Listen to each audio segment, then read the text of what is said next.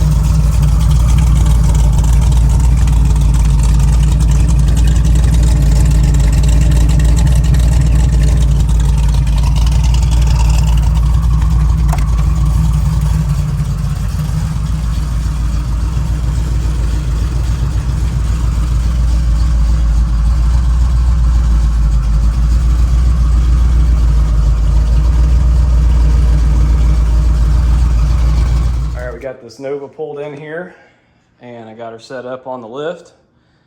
So I'm just gonna get the lift arms thrown under this thing and get it up in the air and start on these brakes, get the wheels and tires off it, and we'll kind of show you guys what parts we got and what we're doing.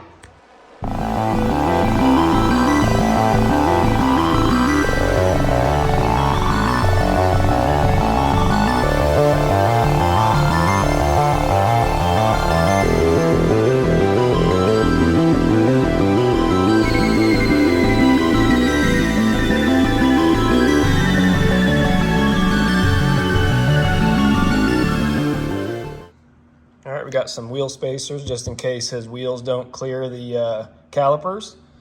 Got the adapters, rotors, line kit, master cylinder, a bunch of wheel bearing, race, and seal hardware and all that stuff.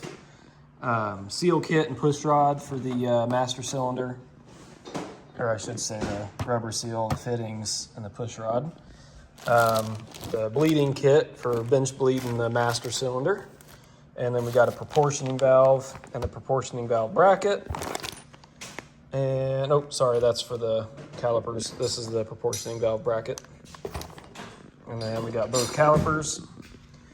And then in here we got the disc brake spindles and our hubs. So I'm gonna work on getting the car disassembled and we'll be ready to start looking at what we need to put on. All right, guys, went ahead and knocked one side out. Got her all ready. And I just got the hub and drum off of this side. So let's go ahead and get this side knocked out as well.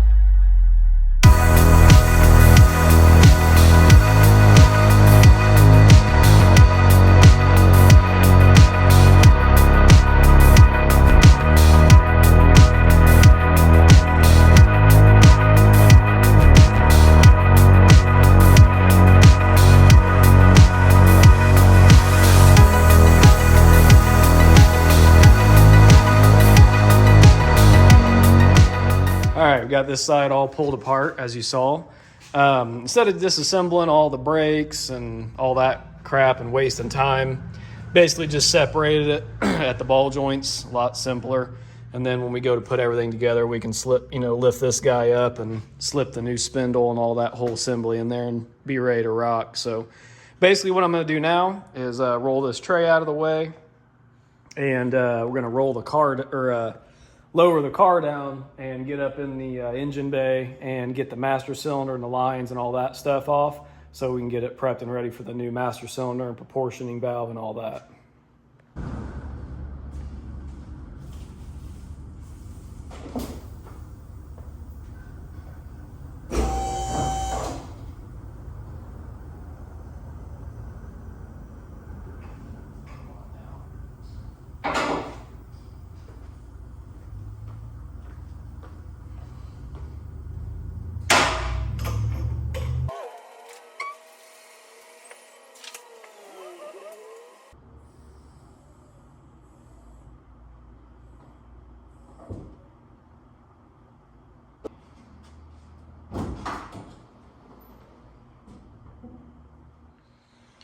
All right, so here's the setup he's got on here.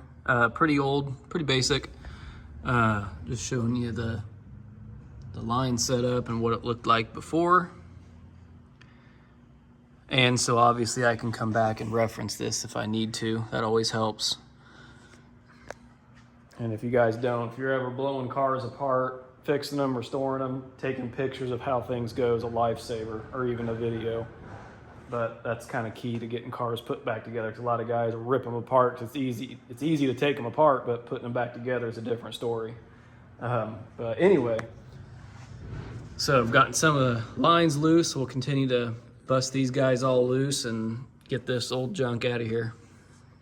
All right, and a couple minutes later, we got her out.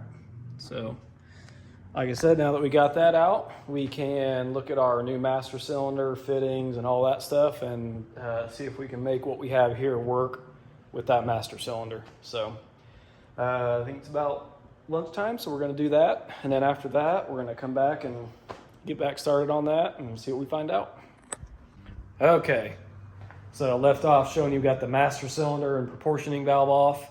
Also on the list is you got a the diff cover is leaking, so basically we just need to pop that thing off, check the gasket, and I always like to, which I don't think it was done on this one, use a little bit of smear some RTV to help seal the gasket on those rear ends. It always tends to help. So we'll probably do that, crack that open, let the fluid drain, and clean all that up real good, and reseal that thing up. So that's on the list while we want to go over some of that front brake stuff to be sure we've got everything, that everything's going to work. So while we're waiting on that, I'm going to jump over and get this leak fixed. All right, so I rolled under here and got the cover loose and got us a drain pan so we could save some of this new fluid, because it's fairly new. So we got it all drained out, and now once it's out, I could go ahead and get this thing all cleaned up. All right, it's got a 373 posi in it that we put this unit in, I think, a year or so ago, maybe 2 years, I can't remember now.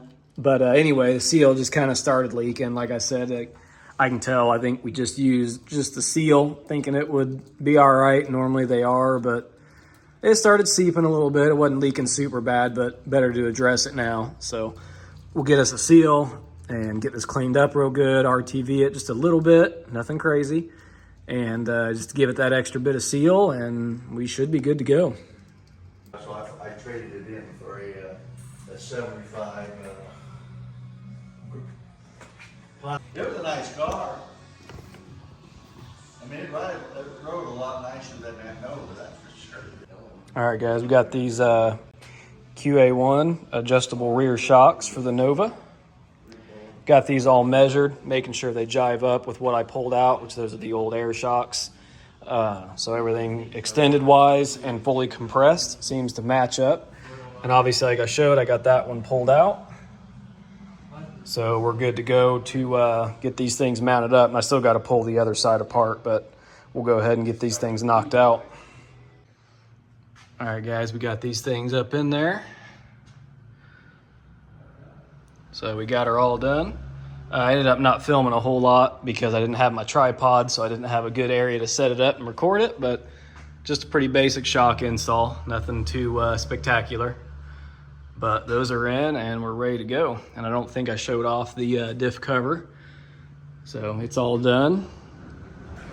Didn't fully torque it yet. I want to give some time for that little bit of silicone to seal overnight, and then we'll snug those back up and we should be good to put the fluid back in it. All right, we're back for day 2. And I went ahead and got all this stuff cleaned up. As you can tell, well, from the previous clips, it was a pretty goobered up, greasy mess under here. So got both sides all done. It looks a lot better.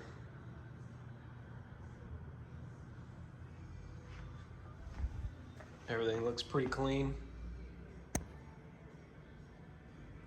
So we just needed some high temp bearing grease and some red Loctite for these brackets and the grease for the bearings, obviously. So I'm gonna go through, and see what we need to do for our first step and start getting this thing rolling. So it shouldn't be too complicated. So let's get to it and probably start out with the driver's side or whichever. We'll see. All right, guys. I literally ended up not filming at all yesterday just because this was some tedious work. I didn't really feel like setting the camera up and having a ton of footage to edit through. So I'll kind of just catch you up to where I'm at. So got both rotors and hub assemblies all assembled. As you can tell, they look awesome. These wheel studs actually thread in, and then you torque them. And then obviously these are two-piece, so you torque all that stuff together. I've already had the bearing, the front bearing in this one, and test fitted everything. So I'll lift this one up and show you the back side. So I got the rear bearing and seal in them as well. So that's a really, really nice setup. Here's my passenger side spindle. We decided to go with the caliper on the, I guess what you would consider the rear of the spindle, you know, back over here. Because you can do it either on the front or rear, depending. And then you got a spacer in here on top. And then the right amount of shims to give you the right amount of gap on this bracket to keep it perfectly straight. That way when you put your rotor on, you have the same amount of distance to that bracket and it rotates evenly and it's not all, you know, crooked or anything. Then I just got the driver's side to assemble. Since this one's literally ready to probably put on the car and get everything bolted on it. I haven't filmed like I said, I haven't filmed a whole lot because it was kind of tedious and intricate. And if you get one of these kits, it's not like I need to be on here teaching any tips and tricks because literally it comes with instructions, tells you how to do everything. So it's pretty straightforward. Anyway, we're gonna get to assembling this driver's side and then we're gonna move on to the master cylinder and then I might go over a little bit about what we're doing there.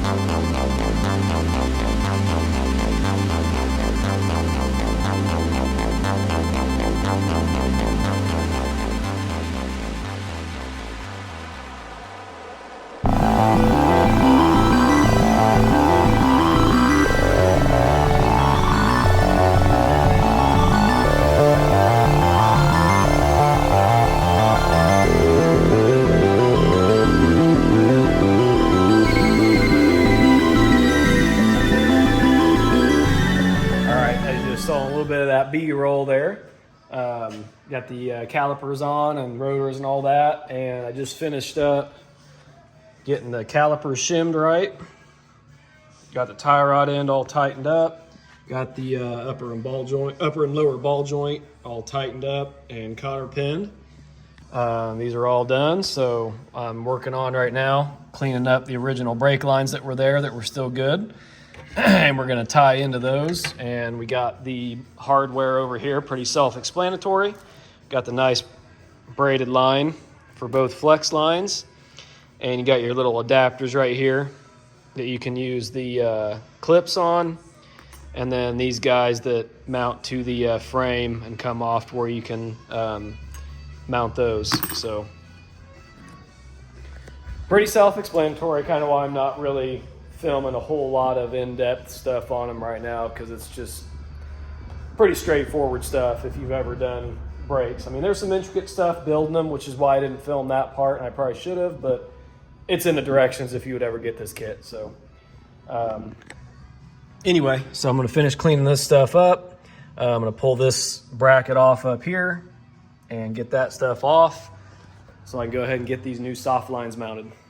Okay, like we just discussed, I am going over the soft lines for the front brakes, and it comes with the new brackets, but I'm not sure if I'll be able to reach these hard lines and how they're set up to make those new brackets work. So we may have to stick with these originals, but I'm gonna go ahead and test it out and see what I get. And if I'm able to make it work, I'll do it. If not, we'll stick with the original, because as we all know, the original stuff works.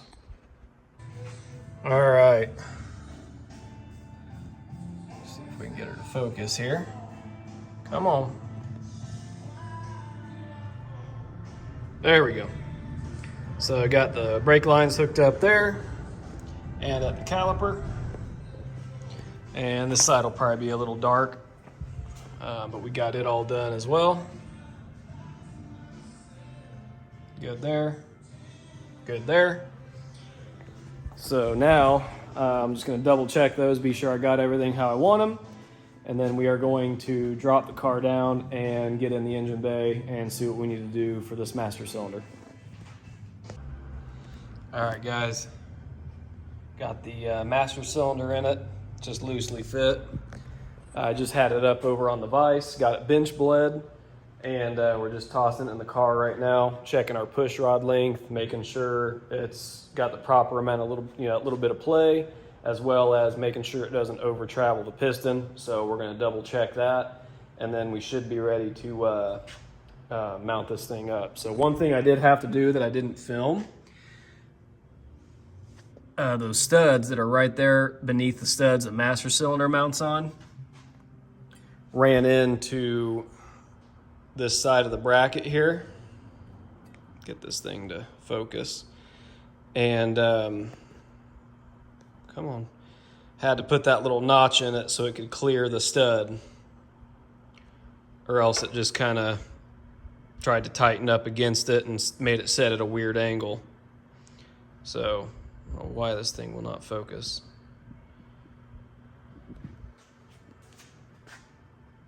There, come on, there we go. But I got some fuzzy stuck to it because I put some paint on it. But so that should be ready to mount up here after we get the push rod length deal figured out. All right, guys, show you where we're at now. Got my master cylinder fittings all ready. Got it in there. Got the proportioning valve mounted. None of the lines are hooked up just yet. We got some incorrect fittings with the kit for the chassis lines, and I'm waiting for those to come in. Should be tomorrow or the next, and then we can swap that stuff out, finish up the front brake system. But for now, being that we're waiting on that, got the seats out of this thing, and this is that console that Jason handmade. And I believe I have this in another video. You can go back and look, I do believe, but I'm not 100%. So I figured I'd just kind of show you. Got the Holley EFI mounted up there at the front. Anyway, we're doing a new carpet kit in this thing. As you can tell, it's pretty, I mean, yeah, it's dirty, but there's some tattered areas and it doesn't really fit good up against this sill plate and the kick panel. So I got all this stuff, getting it out, getting the seat belts pulled out of it so that I can pull the console and get this carpet kit swapped out. All right, guys, starting off on a new day here. Picking back up on the interior. Showed I was doing a carpet swap, and we got all the new carpet laid out. Just need to slit the holes for the seat studs, and I'm finishing putting back together that custom console. So once this console's back together, we'll slit the holes for those seats, and I should be able to tuck this carpet all up, put the sill plates in, and then put the seats in. And then after that, we should be done. Hopefully we'll have the correct fittings for the front of these brakes so we can knock those out, get those bled, and this thing should be ready to roll.